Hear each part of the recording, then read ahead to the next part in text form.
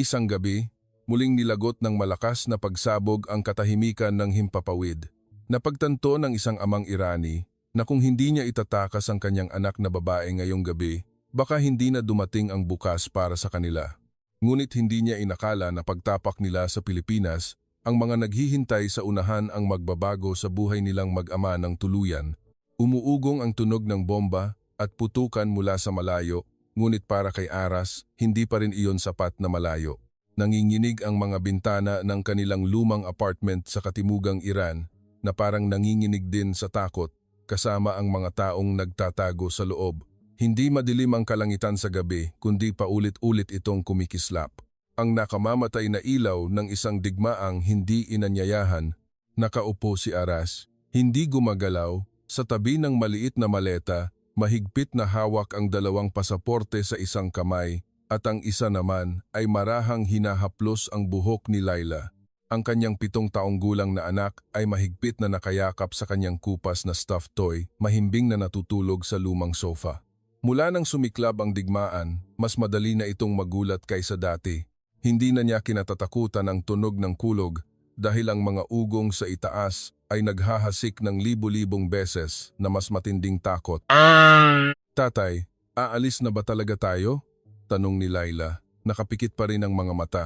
Ang kanyang boses ay nanginginig sa pagod dahil sa pag-iyak buong araw. Yumuko si Aras upang tingnan ang kanyang anak. Pilit na ngumiti kahit humihigpit ang kanyang dibdib. Oo, anak, pupunta tayo sa isang lugar kung saan walang matutulog kasama ang tunog ng bomba. Hindi niya sinabi sa anak na ang mga tiket sa eroplano na binili sa pamamagitan ng fixer ay kapalit ng huling pera mula sa pagbebenta ng singsing ng kasal ng kanyang asawa. Ang babaeng mahal niya ay pumanaw 2 taon na ang nakalipas dahil sa kakulangan ng gamot sa ospital, nawalan ng kuryente at wala ng oras para iligtas ang sinuman. Hindi rin niya sinabi sa anak ang dahilan kung bakit niya pinili ang Pilipinas. Ang pangalan na ibinulong ng kanyang mga kakilala sa kanyang tainga na sinasabing iyon ay isang bansa ng mga mabubuting ngiti, mainit na tropikal na klima at mabangong pagkain. At sino ang nakakaalam, baka isang bagong buhay ang magsimula doon. Wala siyang gaanong alam tungkol sa Pilipinas maliban sa mga larawan ng asul na dagat, mga simbahang may arko at ang salitang kumusta na hirap pa rin niyang bigkasin. Ngunit sa gabing iyon na ang sariling bayan ay naging isang lugar na hindi na kayang ipagtanggol ang kanyang munting anak na babae, hindi niya kailangan ng mapa. Ang kailangan lang niya ay isang pagtakas. Nang muling umunggol ng malakas ang sirena ng alarma, napabangon si Aras. Mabilis niyang kinuha ang kanyang backpack, binuhat si Laila na nagulantang at mahigpit na niyakap. Sa elevator na gumagana paminsan-minsan, nakita niya ang sarili niyang refleksyon. Isang 38 taong gulang na lalaki na may malalim na mga mata na nagpapahiwatig ng pagtanda. May mga puting buhok na sa magkabilang sentido at nakasuot ng lukot na kamisa. Ito ang damit na isinuot niya noon nang siya ay isang ipinagmamalaking inhinyero ng konstruksyon. Ngunit ngayong gabi, hindi siya isang inhinyero, hindi siya isang taong may kinabukasan. Siya ay isa lamang ama na handang isugal ang lahat, dala ang kanyang anak upang tumakas mula sa pagbagsak. Pagbukas ng pinto ng lobby ng apartment, sinalubong sila ng hangin sa gabi na may kasamang mabahong amoy ng usok at alikabok. Lumingon si Aras upang huling tingnan ang gusali na dati nilang tinawag na tahanan. Tandaan mo, Laila, bulong niya habang naglalakad sa dilim. Minsan, kailangan nating iwan ang ating tahanan upang mabuhay ng sapat upang makapagtayo ng bagong tahanan. At nang gabing iyon, nagsimula ang kanilang paglalakbay. Ang paliparan ay nababalot sa isang katahimikan na mas nakabibingi kaysa sa mga mataong palengke. Hindi ito katahimikan na walang tunog, kundi katahimikan ng mga taong wala nang masabi tungkol sa kanilang sariling kapalaran. Ang mga bata ay nakatulog sa dibdib ng kanilang mga ina. Ang matatandang lalaki ay may dalang isang lumang bag at ang ilang mga dalagita ay desperadong hawak ang kanilang mga telepono, naghihintay ng balita mula sa mga kamag-anak na naiwan. Lahat ay gumagalaw, ngunit ang kanilang mga mata ay tila may naiwan sa likuran, isang bagay na hindi na nila kailanman mababalikan pa. Mahigpit na hawak ni Aras ang kamay ng kanyang anak habang nakapila sa counter ng check-in. Nag-iingat siya sa bawat paghinga, nag-aalala na baka masira ang lahat ng kanilang plano dahil lamang sa kulang na papeles o isang mapanuksong tanong mula sa security personnel. Si Laila ay nakadikit sa binti ng kanyang ama. Sa kanyang kupas na dilaw na jacket, mahigpit niyang niyakap ang kanyang teddy bear na tila iyon ang huling angkla ng pag-asa sa mundong ito. Malayo po ba ang Pilipinas, tatay? Tanong niya. Nakatingala. Sapat na malayo para makatulog tayo ng mahimbing at paggising natin, isang bagong umaga ang magsisimula. Sumagot siya. May digmaan din po ba doon? Saglit na napahinto si Aras. Wala nang kagaya ng dito, anak. Kinurap ng bata ang kanyang mga mata. Kung ganoon, mahahanap po ba tayo ni nanay? Kung gaano tayo kalayo? Ang tanong ay parang kutsilyo na humihiwa sa kanyang puso. Dahilan upang ilihis niya ang tingin sa electronic board na nagpapakita ng mga flight. Palagi tayong mahahanap ni nanay, bulong niya. Nasa lahat ng dako si nanay hanggat nagmamahalan pa rin tayo. Matapos makapasa sa immigration, naupo siya sa plastic na upuan sa tabi ng malaking salamin. Sa labas, magkakasunod na nakahilera ang mga eroplano na parang kawan ng dambuhalang ibon na bakal, handang ilayo ang mga tao mula sa dilim. Ngunit walang flight na nangangako na ang patutunguhan ay magiging kaligayahan, nagbibigay lamang ito sa mga desperado ng isang manipis na pag-asa na ipagsapalaran. Isang lalaki na nasa edad mid-40s na nakaupo sa tabi niya ang bumaling at nagtanong sa kanya ng putol-putol na Ingles kung saan siya pupunta. Maynila, Pilipinas, sagot ni Aras. Tumango ang lalaki, good people there, mabubuting tao doon. Ang iilang salitang iyon ay nagdala ng kakaibang init na parang may nagbigay sa kanya ng maliit na flashlight sa pinakamadilim na sandali ng kanyang buhay. Nang tawagin ng loudspeaker ang mga pasahero na sumakay sa eroplano, biglang nanatili si Laila sa kanyang kinatatayuan, ayaw nang magpatuloy. Lumuhod si Aras upang maging kasing level ng kanyang mata. Natatakot ka ba, anak? Tumango ang bata. Paano po kung bumalik tayo at wala na ang bahay? Ang tanong na iyon ay nagpabara sa kanyang lalamunan.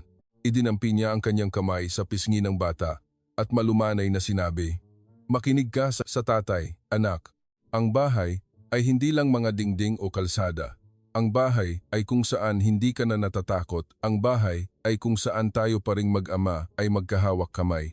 Yumuko si Laila upang tingnan ang kamay ng kanyang ama at dahan-dahang inilagay ang kanyang maliit na kamay doon.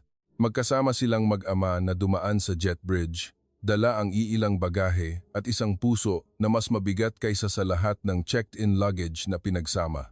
Sa loob ng eroplano, napakapayapa ng lahat na halos hindi ka panipaniwala. Ang regular na tunog ng makina ay umalingaw-ngaw na parang hindi kailanman nagiba ang mundo sa labas. Walang sirena, walang kumikislap na ilaw ng bomba at mina. Tanging malambot na dilaw na ilaw sa itaas at ang propesyonal na ngiti ng mga flight attendant. Ang mga bagay na ito ay sandaling nagpapatilim kay Aras na ang mundo ay puno pa rin ng mga hangganan at pamamaalam. Hindi nagtagal pagkatapos ng paglipad ng eroplano, nakatulog na si Laila.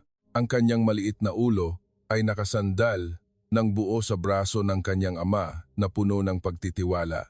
Tumitingin si Aras sa labas ng bintana. Tanging isang makapal na dilim at mga ulap na binalutan ng malabong pilak na liwanag ng buwan ang nakikita.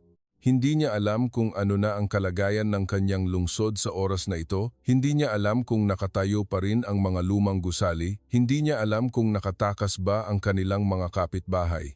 Ngunit alam niya na walang sakit sa mundong ito na mas matindi kaysa sa pakiramdam ng ginhawa na buhay ka pa habang ang iba ay maaaring nawalan na ng buhay. Ang larawan ng kanyang asawa ay muling lumitaw sa kanyang tahimik na isip. Si Shirin ay isang babaeng masayahin noon. Ang kanyang mga mata ay laging malinaw na parang umaga na hindi dinudungisan ng usok at alikabok ng digmaan.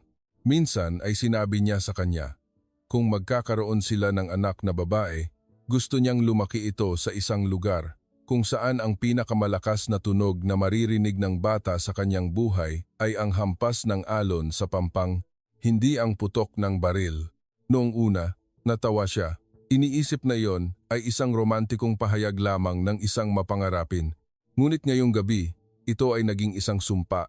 na bumabagabag sa kanya dahil napakaliwanag niyang tinupad ang kahilingan na iyon. Isang flight attendant ang nagdala ng manipis na kumot. Kinuha niya ito at maingat na inilagay sa kanyang anak. Marahang gumalaw si Laila at bumulong ng nanay. Mahigpit na ipinikit ni Aras ang kanyang mga mata. Nilulunok ang mapait na luha sa loob. Wala siyang karapatang maging mahina sa sandaling ito. Kailangan pa niyang punan ng immigration form. Kailangan niyang humanap ng murang paupahan sa Maynila mula sa mga lumang text message na ipinadala ng kanyang mga kaibigan. Kailangan niyang planuhin ang tungkol sa trabaho, wika, ang kaunting perang natitira, at kung paano magsimulang muli sa isang bansa na hindi man lang niya alam kung paano sumakay ng bus. Sa gitna ng gabing iyon, bigla siyang nakarinig ng masayang tawa ng isang bata mula sa likurang upuan. Isang ordinaryong tunog, matinis at walang malaking kahulugan.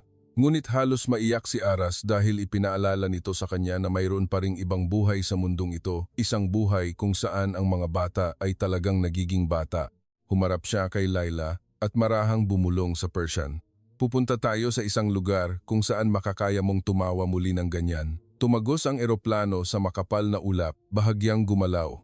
Nagsimulang maging madilim na asul ang kalangitan sa labas ng bintana sa may horizon, palabas na ang araw. Tahimik na nagdasal si Aras.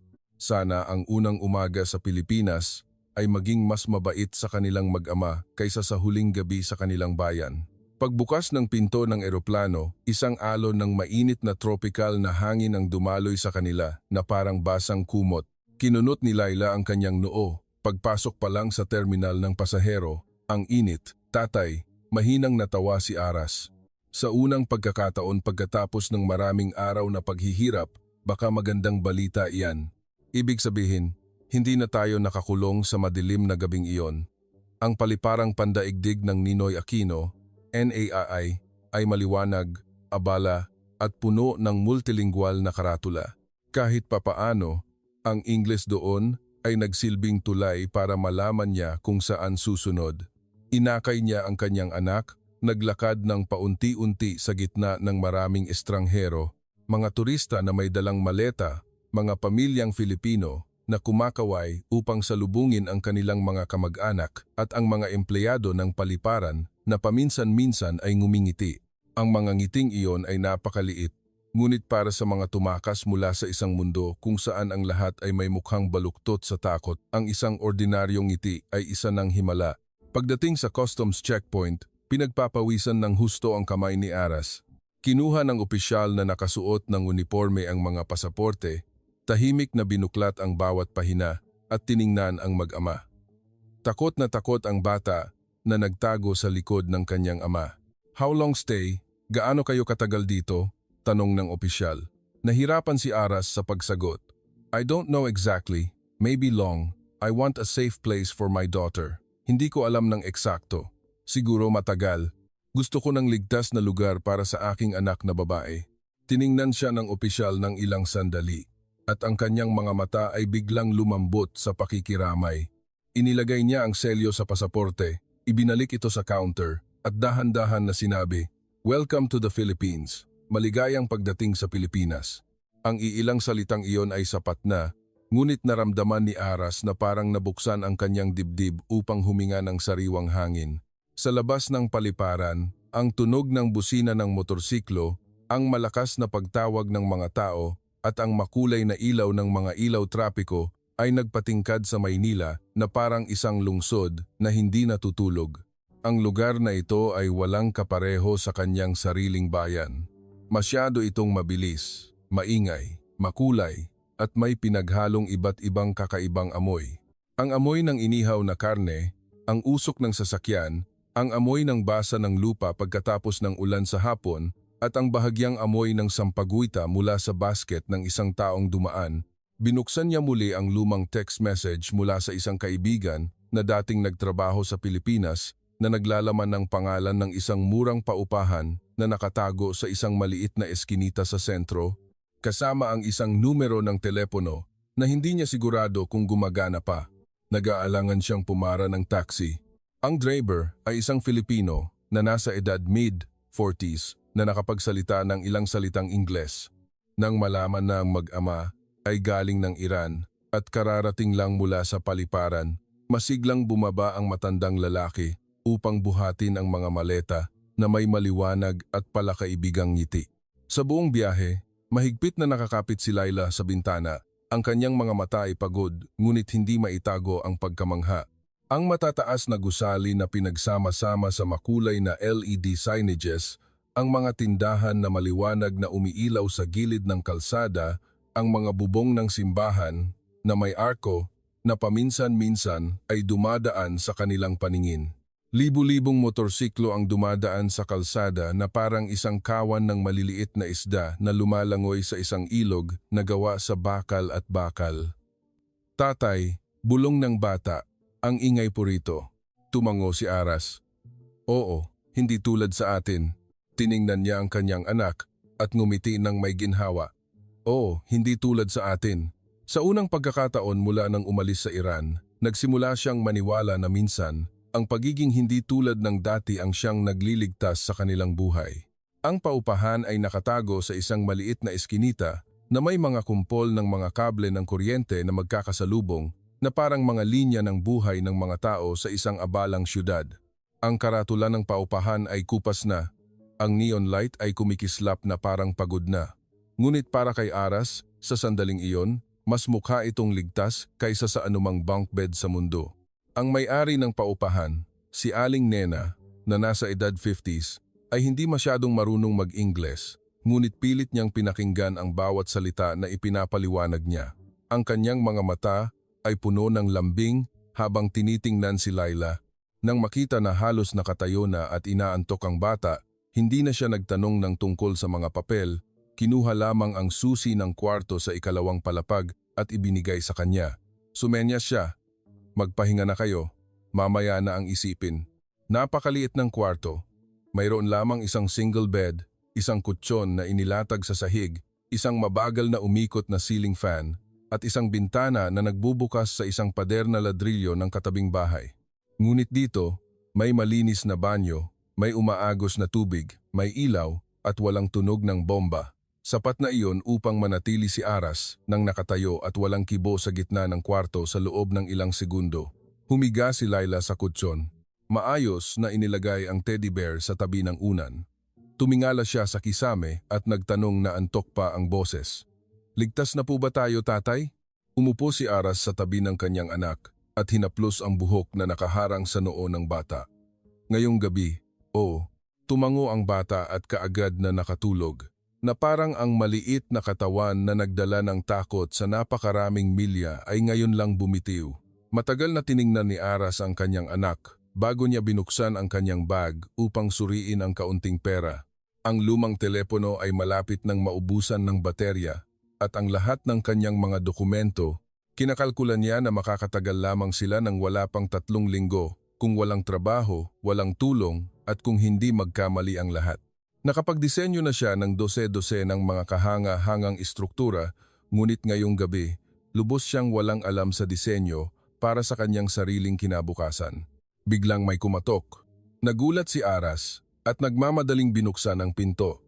Nakatayo doon si Aling Nena, may dalang maliit na tray na may 2 mangkok ng lugaw na may giniling na umuusok pa at 2 baso ng tubig. Ngumiti siya ng may kabaitan at itinuro, "For child, for you, para sa bata, para sa iyo." Mabilis na inilagay ni Aras ang kanyang kamay sa kaliwang dibdib at yumuko ng may pasasalamat. Thank you so much. Maraming salamat po." Ikinaway ng babae ang kanyang kamay na parang walang gaanong kabuluhan, itinuro ang lugaw bilang hudyat na kainin habang mainit pa, at isinara ang pinto ng kwarto. Tiningnan ni Aras ang simpleng pagkain sa harapan niya. Ang amoy ng mainit na lugaw na may halong paminta at sibuyas ay umabot sa kanyang ilong. Walang masarap na pagkain, ngunit ito ay nagpaluha sa kanyang mga mata. Iyon ay pakikiramay mula sa isang estranghero sa kanilang unang gabi sa bagong bansa. Marahan niyang ginising ang kanyang anak upang kumain ng ilang subo. Inaantok ang bata ngunit masunuring ngumangga at pagkatapos ay bumulong, "Masarap po, tatay." Ngumiti si Aras sa kanyang anak. Sa kanyang puso, napagtanto niya na minsan, ang nagliligtas sa tao ay hindi ang mga malalaking plano, kundi ang isang mainit na mangkok ng lugaw mula sa kamay ng isang taong hindi man lang nagtanong kung saan siya galing. Ang unang umaga sa Maynila ay binati ng busina ng motorsiklo, ang malakas na tawagan ng mga tao sa iskinita at ang kaakit-akit na amoy ng pagkain na nagmumula sa dulo ng kalye. Nagising si Aras bago pa sumikat ang araw. Halos hindi siya nakatulog. Ang kanyang isip ay patuloy na umiikot sa pera, mga dokumento, at isang walang katiyakang kinabukasan. Ngunit nang lumingon siya at makita si Laila na nakayakap sa kanyang teddy bear, mahimbing na natutulog ng payapa, sinabi niya sa sarili na kahit kailangan niyang magsimula sa wala, magagawa niya ito. Pagkatapos maligo at bihisa ng kanyang anak, inakay niya ito pababa. Abala si Aling Nena sa paghahanda ng almusal na may tinapay, saging, at kape. Isinilid niya sa kamay ni Laila ang isang kahon ng gatas. Kinuha ito ng bata ng tahimik, ngunit nang ngumiti ang babae, mahiyain din itong ngumiti pabalik. Iyon ang unang pagkakataon na nakita niya ang ngiting iyon mula nang sila ay tumakas. Pakiramdam niya ay parang isang sinag ng araw ang sumilip sa bitak ng isang madilim na pader. Binuksan ni Aras ang translation app sa kanyang telepono at nag-aalangan na tinanong si Aling Nena kung mayroon bang trabaho para sa mga dayuhan. Tiningnan ng babae ang screen ng ilang sandali. Pagkatapos ay dahan-dahang sinabi, ipinahiwatig niya na maaaring mag-apply sa mga kainan, tindahan ng paggawaan ng sasakyan o ilang construction sites na nangangailangan ng manual labor, ngunit kung gusto niyang maging inhinyero, kailangan niyang matuto ng Filipino at magkaroon ng kumpletong legal na dokumento. Ang sagot ay hindi na nakakagulat, ngunit nanatili itong mabigat sa kanyang puso. Tumango si Aras. Nauunawaan niya na ang kaalaman at karanasan mula sa kanyang sariling bayan ay maaaring wala ng halaga kapag lumampas siya sa hangganan.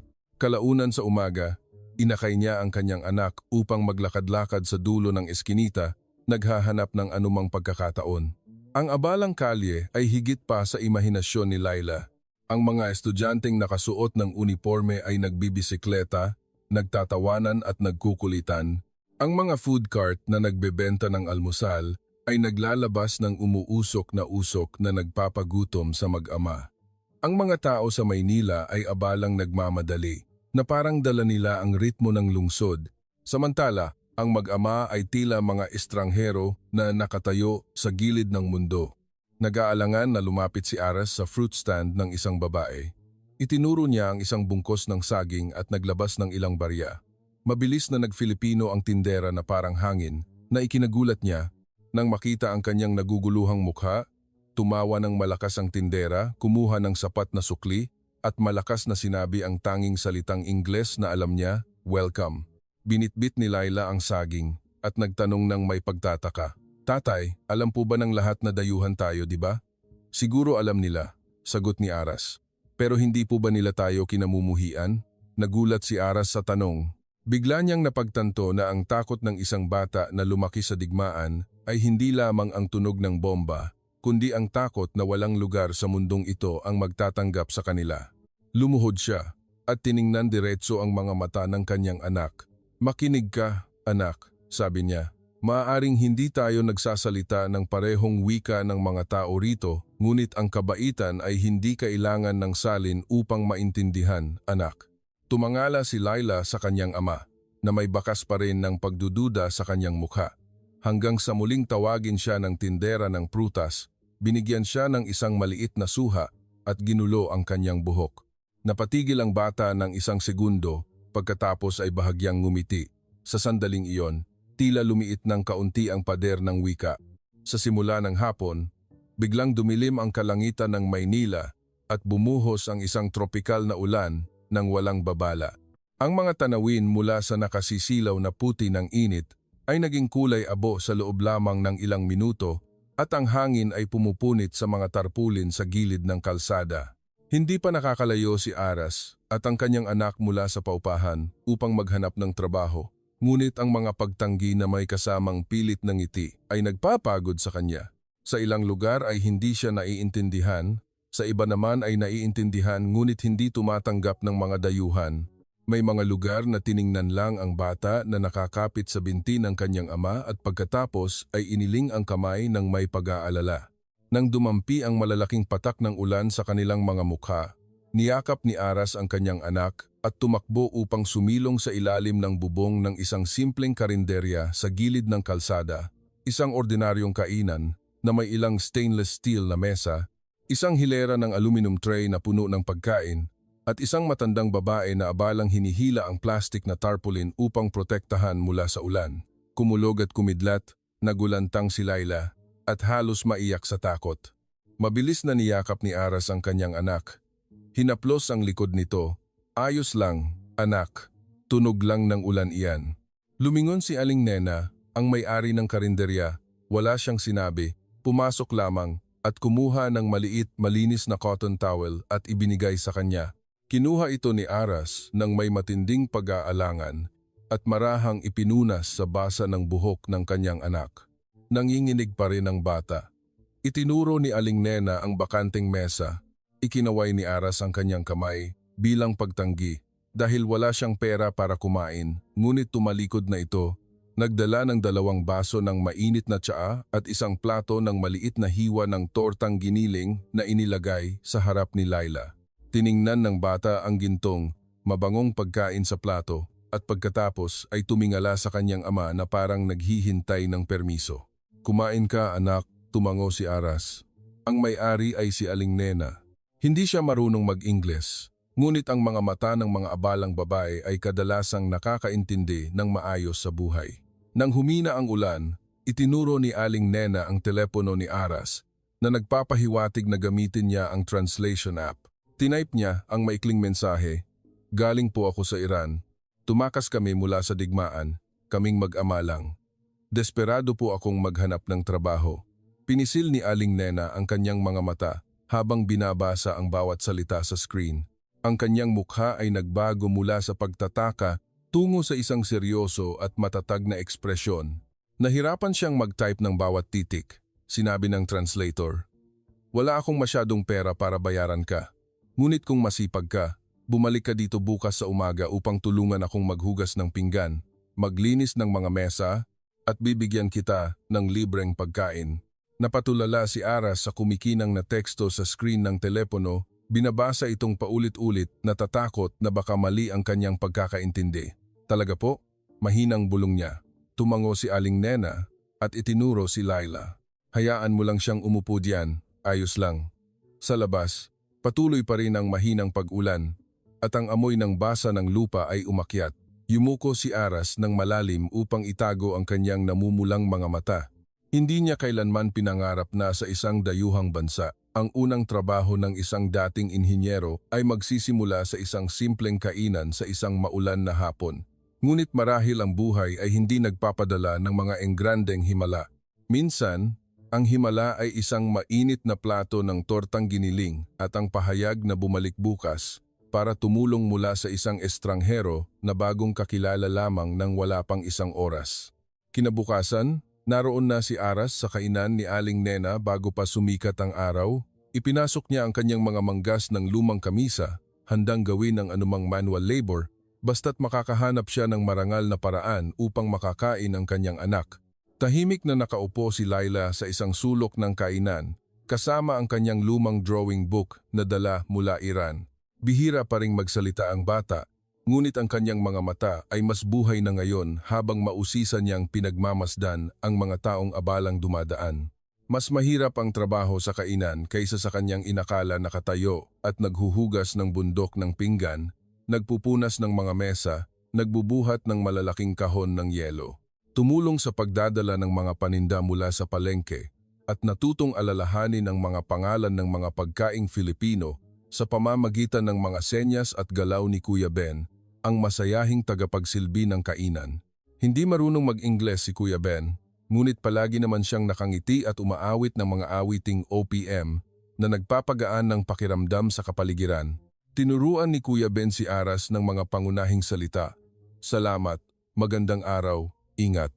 Sa bawat pagkakataon na nahihirapan si Aras sa pagbigkas, tumatawa ang buong kainan. Ngunit iyon ay tawa ng paghihikayat, hindi pagkutya. Napansin ni Aling Nena na tahimik si Laila.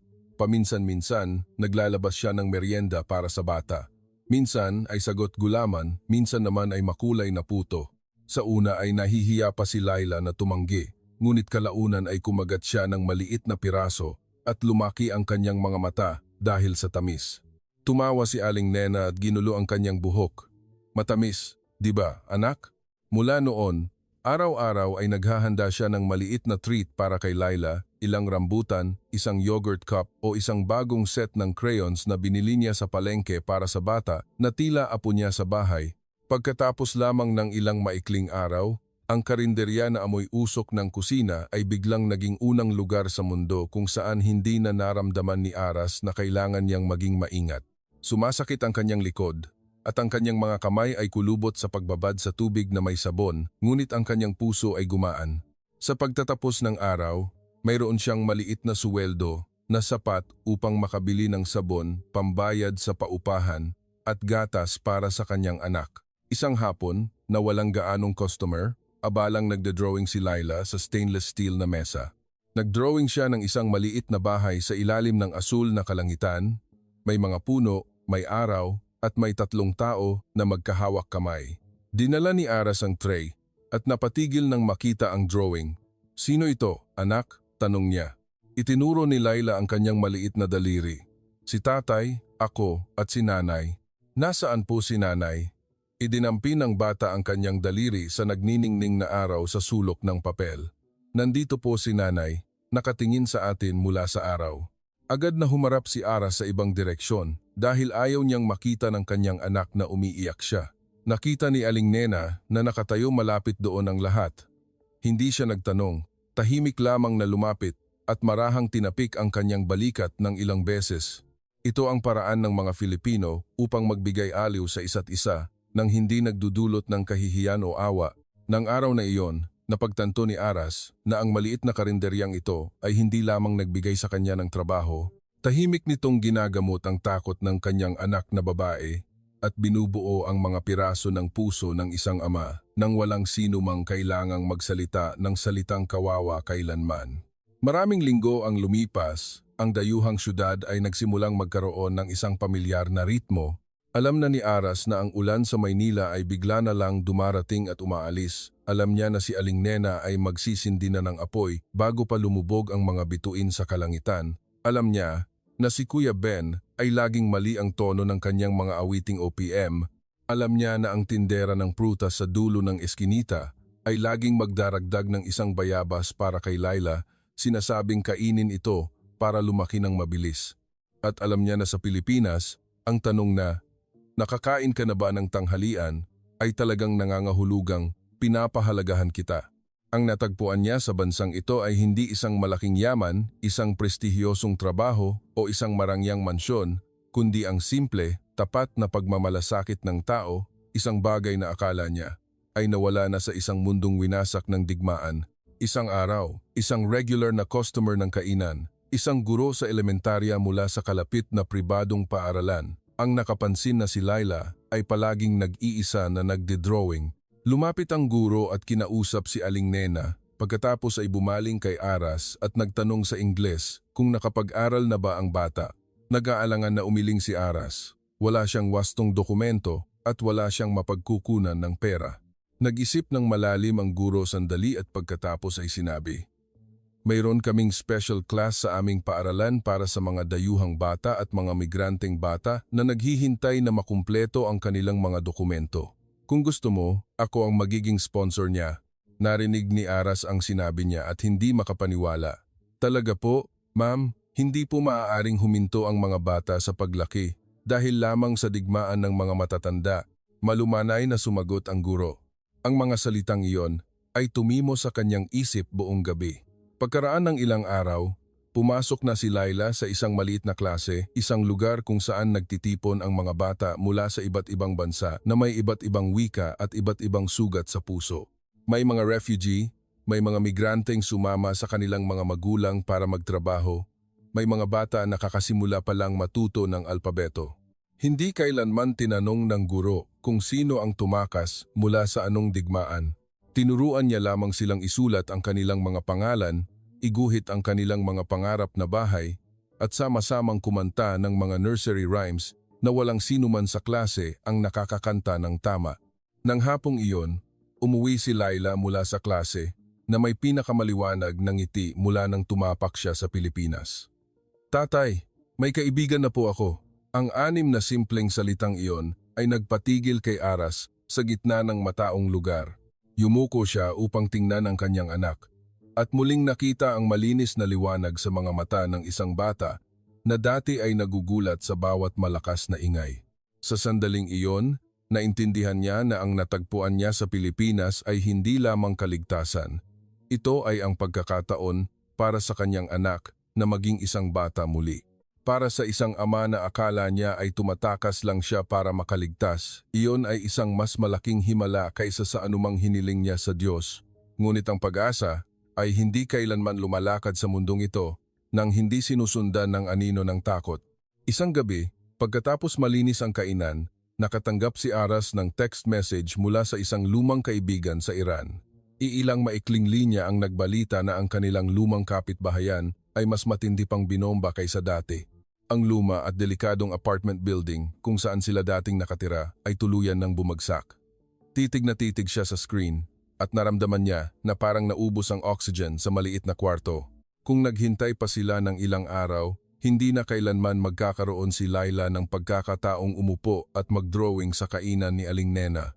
Hindi na nga siya magkakaroon ng pagkakataong tumayo dito para umiyak. Nang gabing iyon, matagal siyang nakaupo na nakayakap ang mga tuhod sa dulo ng kama hanggang sa magising si Laila. "Umiiyak ka po ba, tatay?" Mabilis na pinunasan ni Aras ang kanyang mukha. "Hindi, anak." Gumapang palapit ang bata at sumandal sa kanyang ama. "Ang pangit po ng pagsisinungaling niyo, tatay." Ang inosenteng pangungusap ay nagpatawa sa kanya habang umiiyak. Kinailangan niyang umamin ng bahagi ng katotohanan na may masamang balita mula sa kanilang bayan. Tahimik si Laila ng ilang sandali. Pagkatapos ay yumuko sa kanyang balikat at bumulong. "Kung ganoon po, mas lalo nating kailangang mamuhay ng maayos, di po ba, tatay?" Nagulat si Aras na tiningnan ang kanyang anak. Ang 7 taong gulang na bata ay nagsalita na parang nagdadala siya ng mga karunungan na masyadong matanda para sa kanyang edad. Kinabukasan, sa kainan, balisa ang isip ni Aras. Paulit-ulit siyang nagkakamali. At ang pinakamasahol ay nang mahulog niya ang isang aluminum tray na puno ng pinggan sa sahig na may malakas na tunog. Sa isang sulok ng kainan, nagulantang si Laila. Namutla ang kanyang mukha, mahigpit na niyakap ang kanyang teddy bear at palingalinga sa paligid. Labis na nasaktan ang puso ni Aras sa tanawin. Napagtanto niya na kahit nakarating na sila sa isang ligtas na lugar, ang mga multo ng digmaan ay nananatili pa rin sa kanilang katawan at alaala. Kalaunan sa hapon, tinawag siya ni Aling Nena sa ilalim ng puno ng aratiles sa likod ng kainan. Hindi siya nagtanong ng direkta. Ibinigay lamang sa kanya ang isang baso ng malamig na iced tea, humithit ng sigarilyo at dahan-dahang nagsalita sa putol-putol na Filipino na may kasamang galaw. Ang katawan ay nauuna, ang kaluluwa ay sumusunod. Dahan-dahan lang, hindi lubos na naintindihan ni Aras, ngunit nahulaan niya ang kahulugan nito sa pamamagitan ng mapagparaya nitong mga mata. Yumuko siya at nagpahayag sa Ingles na minsan ay natatakot siyang hindi niya kayang protektahan ang kanyang anak, natatakot na baka abutin sila ng multo ng nakaraan at sirain ang lahat, natatakot na hindi siya sapat na magaling para magsimulang muli. Tahimik na nakinig si Aling Nena habang pira-pirasong isinasalin ni Kuya Ben ang ilang ideya. Tinapik niya ng malakas ang balikat ni Aras. "Naku, walang sinuman ang ipinanganak na marunong magsimulang muli. Ngunit pakinggan mo ako. Hanggat natatakot ang bata, at ikaw ang una niyang hinahanap, ikaw pa rin ang kanyang tahanan. Naintindihan mo ba?" Ang mga simpleng salitang iyon ay tumimo sa puso ni Aras ng mas matindi kaysa sa anumang matamis na salita. Nang gabing iyon, pagbalik sa kwarto, mas mahigpit niyang niyakap si Laila kaysa sa dati. Ipinangako niya sa kanyang sarili na gaano man kalalim ang mga peklat, hindi niya hahayaan ang nakaraan na kunin ang kinabukasan ng kanyang anak. Nang sumunod na buwan, nagdaos ang paaralan ni Laila ng isang maliit na kaganapan sa okasyon ng isang pista ng mga parol sa tabi ng ilog sa Maynila. Ang mga parol na papel, kumikislap na ilaw ng kandila, abalang food stalls, at ang umalingaw-ngaw na tradisyonal na musika sa hangin ay lumikha ng isang mahiwagang tanawin. Hindi pamilyar si Aras sa kulturang Filipino, ngunit nang makita ang excitement ng kanyang anak, isinantabi niya ang kanyang pagod upang dalhin siya. Binilhan ni Aling Nena si Laila ng isang purong puting linen dress bilang regalo. Nagpaikot-ikot ang bata sa harap ng lumang salamin sa paupahan, paulit-ulit na nagtatanong, "Maganda po ba ako, tatay?" Bawat beses, sasagot si Aras, "Napakaganda, anak." At bawat beses, totoo ang kanyang iniisip. Ang bakuran ng simbahan ay puno ng mainit na dilaw na ilaw. Ang mga bata ay tumatakbo at naglalaro. Ang mga matatanda ay tahimik na nag-uusap. Ang amoy ng sampaguita at insenso ay humalo sa amoy ng usok mula sa kabilang pampang ng ilog na lumikha ng isang ganap na kapayapaan. Hinila si Laila ng kanyang mga kaibigan upang matuto kung paano gumawa ng mga parol na papel. Tumawa ng malakas ang bata. Napakalinaw ng kanyang tawa na muntik nang makalimutan ni Aras kung paano ito dati ay tahimik at nagtatago sa sarili sa mga unang araw ng kanilang pagdating. Nang dumating ang ritual ng pagpapalutang ng mga parol, sinabi ng guro sa mga bata na maaari nilang isulat ang kanilang mga panalangin sa mga petals bago ito ilagay sa tubig. Humarap si Laila at hinila ang braso ng kanyang ama. "Tatay, pwede rin po ba tayong magsulat?" "Oo, anak," sagot niya. Abalang isinulat ng bata ang ilang pahid ng Ingles sa petals ng papel at pagkatapos ay ibinigay sa kanyang ama upang sindihan ang kandila. Sa sandaling sumiklab ang apoy, aksidenteng nabasa ni Aras ang mabilis na isinulat na mga salita. "I want no more bombs. I want home and father smile." Ayaw ko na po ng mga bomba. Gusto ko po ng bahay at ng ngiti ni tatay. Napahinto sa paghinga si Aras, na parang may kuryenteng dumaloy sa kanyang dibdib. Nang umalis ang maliit na parol sa kamay ni Laila, lumutang ito ng dahan-dahan sa gitna ng malawak na ilog Pasig at ang mainit na liwanag nito ay humalo sa daan-daang iba pang ilaw sa madilim na tubig. Tumingala siya sa maliwanag na kalangitan sa gabi. Ang mga parol ay lumulutang at bigla niyang naalaala ang kalangitan sa kanilang bayan na dati ay maliwanag dahil sa ibang uri ng ilaw, ang ilaw ng digmaan at pagkawasak. Ngunit ngayong gabi, ang kalangitang ito ay maliwanag dahil sa mga ilaw ng pag-asa. Naramdaman niya ang maliit na kamay ni Laila na gumapang at mahigpit na humawak sa kanyang kamay. "Tatay, ang lugar na ito ay parang isang panaginip," bulong ng bata. Yumuko si Aras upang tingnan ang kanyang anak. Ang kanyang mga mata ay naging malambot at maamo na parang hindi pa siya nakaranas ng anumang pait. "Oo, anak." Kasama ng umalingaw-ngaw na tunog ng kampana ng simbahan at ang nagniningning na mga parol, biglang napagtanto ni Aras ang isang bagay. Hindi siya tumakas upang maghanap ng bagong bansa. Tumakas siya upang humanap ng mga tao na makapagpapaalala sa kanya na mayroon pa ring pagpapaubaya sa mundong ito at upang muling makahanap ng isang sandali na magpapaniwala sa kanyang puso sa kagandahan muli. Isang mainit na umaga sa simula ng tag-araw, nakatayo si Aras sa harap ng kainan ni Aling Nena, mahigpit na hawak ang isang folder ng mga dokumento. Pagkatapos ng mahabang panahon ng paghingi ng tulong sa mga kakilala at sa guro ng kanyang anak, nakakuha siya ng oo mula sa isang maliit na construction company na nagde-design ng mga pampublikong proyekto. Ang may-ari ng kumpanyang ito ay isang regular na customer sa kainan at ilang beses na rin niyang mausisang tinitingnan si Aras na abalang nag-aayos mula sa gripo hanggang sa sirang electric fan para kay Aling Nena. Nakita rin niya na madalas ay gumagawa si Aras ng mga sketch ng blueprints at load-bearing structures sa mga napkin kapag may libreng oras. Nang malaman ang kanyang pinagmulan bilang isang inhinyero, nag-alok siya na tingnan ang kanyang mga credentials at sumang-ayon na bigyan siya ng trial period. Ang panimulang suweldo ay hindi gaanong kalaki at ang daan sa unahan ay puno pa rin ng hamon. Ngunit sa unang pagkakataon sa kanyang buhay, naramdaman ni Aras na ang kanyang nakaraan ay hindi tuluyang nasunog sa ilalim ng abo ng digmaan. Nang marinig ang balita, nangingislap ang mga mata ni Aling Nena sa tuwa at binatukan ni Kuya Ben si Aras na muntik ng malunod sa kanyang laway, habang si Laila naman ay tumatalon sa tuwa na parang nanalo ang kanyang ama ng pinakadakilang Nobel Prize sa mundo. "Kaya magkakaroon na po tayo ng bagong bahay, tatay?" Masayang tanong ng bata nang bumaba ang dilim. Tumingin si Aras sa paligid ng maliit na kwarto. Masikip, ang ceiling fan ay umuugong pa rin. Ang bintana ay nakaharap pa rin sa malamig na pader na ladrilyo. Ngunit ngayong gabi, ang espasyong ito ay puno ng init. Itinatayo na natin ito, anak, sagot niya. Saan po? Dahan-dahang hinawakan niya ang kanyang dibdib at pagkatapos ay inilagay ang kanyang kamay sa maliit, mabilis na tumitibok na puso ng kanyang anak. Dito mismo. Tumingi si Laila at pagkatapos ay ngumiti. Tulad ng sabi niyo po, tatay, ang bahay ay kung saan hindi na tayo natatakot.